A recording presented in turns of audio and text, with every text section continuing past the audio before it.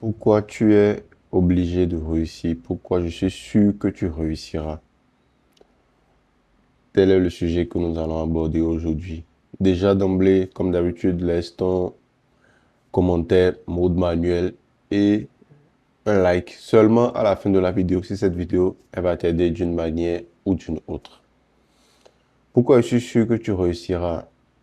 Je ne suis pas un devin, je ne suis pas quelqu'un qui a le pouvoir de voir dans le futur, mais je sais que tu réussiras.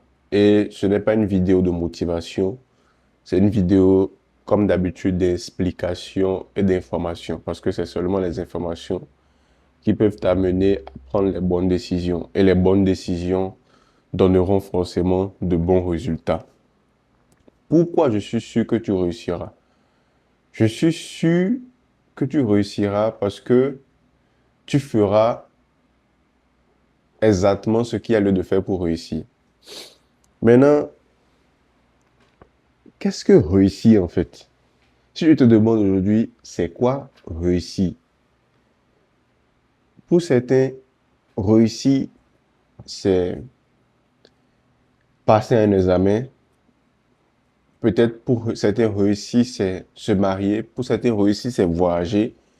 Pour certains, réussir, c'est avoir leur propre maison. Pour certains, réussir, c'est pouvoir rentrer au pays et s'y installer. Pour certains, réussir, c'est fonder une famille stable. Pour certains, réussir, c'est financièrement. Ou pour certains, la réussite, elle est beaucoup relative. La réussite, elle est relative. Donc, il ne faudrait pas que la définition de la réussite, que tu sois en train de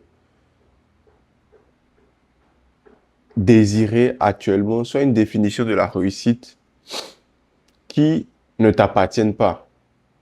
Parce que ce qui est drôle, c'est que nous avons tendance à appliquer la définition de la réussite de la vie des autres à la nôtre. C'est-à-dire quoi? Si je vois que, en plus avec beaucoup les réseaux sociaux, si je vois que mes amis sont en train de acheter voiture ou des amis sont en train de réussir à avoir certains trucs, je vais dire automatiquement que le sentiment de succès ou le sentiment de réussite que moi, si je vais avoir, sera corrélé à l'obtention de ces choses-là. Or, ce n'est pas le cas ou ce n'est pas forcément le cas. Parce que la définition de réussite, il te revient à toi et à toi seul de l'écrit. Moi, ma définition de réussite, il y a 5 ans, ce n'est pas la même définition de réussite que j'ai aujourd'hui.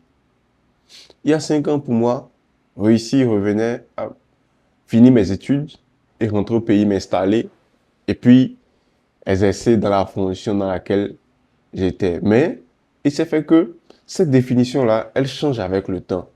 Elle change avec le temps.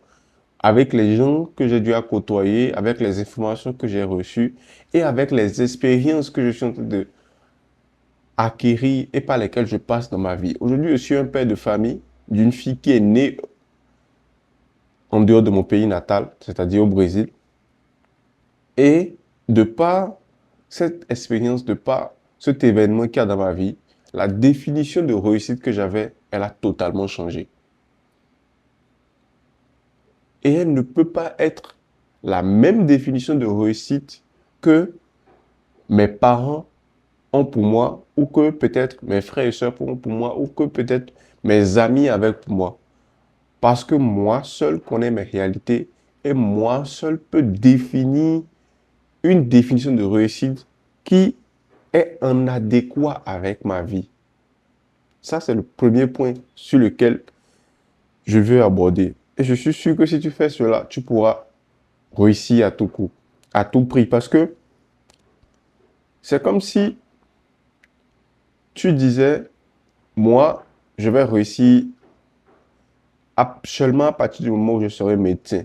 Mais tu n'as pas les compétences requises. Ton chemin ne passe pas par là. Ta voie ne passe pas par là. Mais tu t'obstines à vouloir devenir médecin.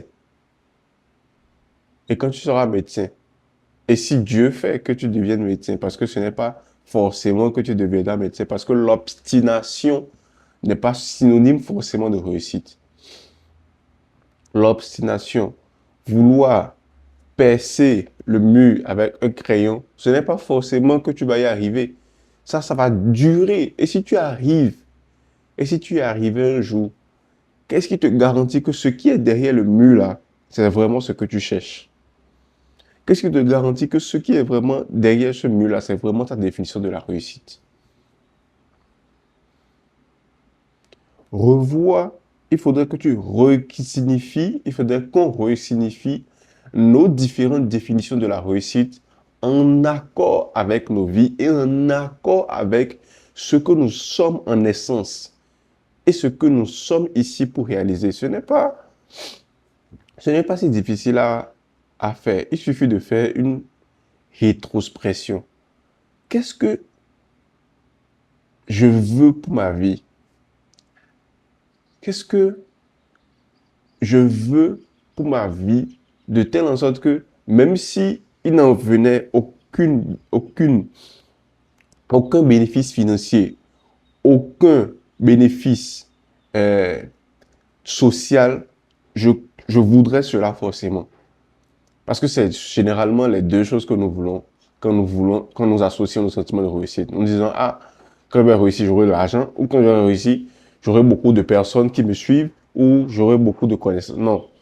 Qu'est-ce qui te donne un sentiment de réussite indépendamment de ces choses-là? Est-ce que c'est le fait de voir que tes enfants pensent par eux-mêmes? Est-ce que c'est le fait de voir ta femme heureuse? Est-ce que c'est des choses qui ne sont pas forcément corrélées à l'argent? Mais peut-être c'est corrélé à l'argent, mais il ne faut pas croire que dans un premier temps, ça le soit. Secondo, je suis sûr que tu réussiras parce que tu arrêteras vraiment cette obstination. Il y a certains qui, peut-être, ils se disent, si je voyage et si je sors d'ici, je vais au Canada, je vais forcément réussir. Ce sera mon sentiment de réussite obligé. Mais ce n'est pas forcément le cas.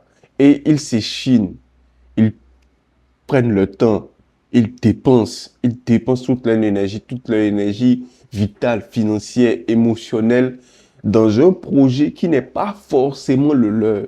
C'est de ça qu'il est question. Il faudrait que tu dépenses ton énergie là où, là où ton âme a besoin que tu dépenses ton énergie là. Pas là où ton ego veut que tu ailles. Parce que l'ego, c'est une construction mentale qui nous empêche et qui nous empêche de voir vraiment ce qui est réel. Et ce qui est réel dans le cas où je parle, c'est une réussite appliquée à ta vie. Tu es obligé de réussir. Tu es obligé de réussir. Et tu réussiras forcément si ces deux choses-là rentrent en connotation. Tu refais une définition de la réussite et tu refais aussi un alignement et tu sors de l'obstination. L'obstination, le fait d'être obstiné par quelque chose peut être un synonyme de réussite et peut être aussi un synonyme d'échec lamentable. Oui, ça peut être aussi un synonyme d'échec lamentable. On a souvent entendu dire que l'obstination, quelqu'un qui est obsédé par quelque chose et qui le fait, forcément il aura la réussite. Mais peut-être qu'il est obsédé par ça et qu'il est en train de le faire parce que ce n'est pas forcément ce qu'il lui faut. Il faut aussi apprendre à écouter les signaux vitaux de notre organisme et de la vie. C'est de ça qu'il est question. Donc, j'aimerais beaucoup que tu fasses cet exercice-là et que tu réussisses. Et que tu réussisses aussi au jour le jour. Parce que, comme je l'ai dit, la définition de la réussite, elle n'est pas figée. Elle est relative et elle varie. Elle elle change sur le temps. Aujourd'hui, peut-être que ta définition de la réussite, c'est juste trouver un emploi. Mais après, quand tu vas trouver l'emploi, la définition de la réussite sera une promotion. Et après, la définition de la réussite sera une promotion, sera une promotion. Donc, il ne faut pas te mettre tant de pression sur ta définition de réussite aujourd'hui.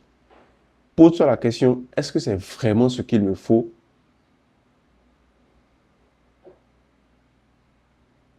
Est-ce que c'est vraiment ce qu'il faut pour l'âme que je suis et pas non seulement pour mon corps? Parce que tu es une âme avec un corps. Et quand tu comprendras cela, tu comprendras beaucoup de choses. C'est ce que j'avais pour toi comme message aujourd'hui. J'espère que ça va t'aider et bonne chance. Et une fois encore, je suis sûr que tu réussiras si tu appliques ces principes-là. Donc, laisse ton like maintenant et commente mode manuel. On est ensemble.